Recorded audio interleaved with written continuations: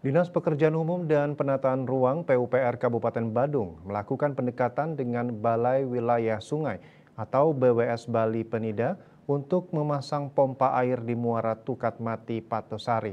Tak main-main, PUPR Badung siap mengimpor pompa yang akan dipasang untuk mengantisipasi banjir di kawasan Kute, terutama Legian dan Seminyak yang kerap menjadi langganan saat musim hujan tiba. PR Badung Ide Bagus Surya Swamba menyatakan bahwa pemasangan pompa ini bertujuan untuk meningkatkan fungsi long storage yang telah terbukti efektif dalam mengatasi banjir di wilayah Kuta. Sebab banjir yang melanda kawasan Legian dan Seminyak selama ini menjadi perhatian serius Pemka Badung.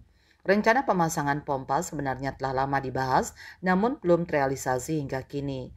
Swamba berharap proyek ini dapat dimulai pada tahun 2026 dengan estimasi biaya mencapai 60 miliar rupiah.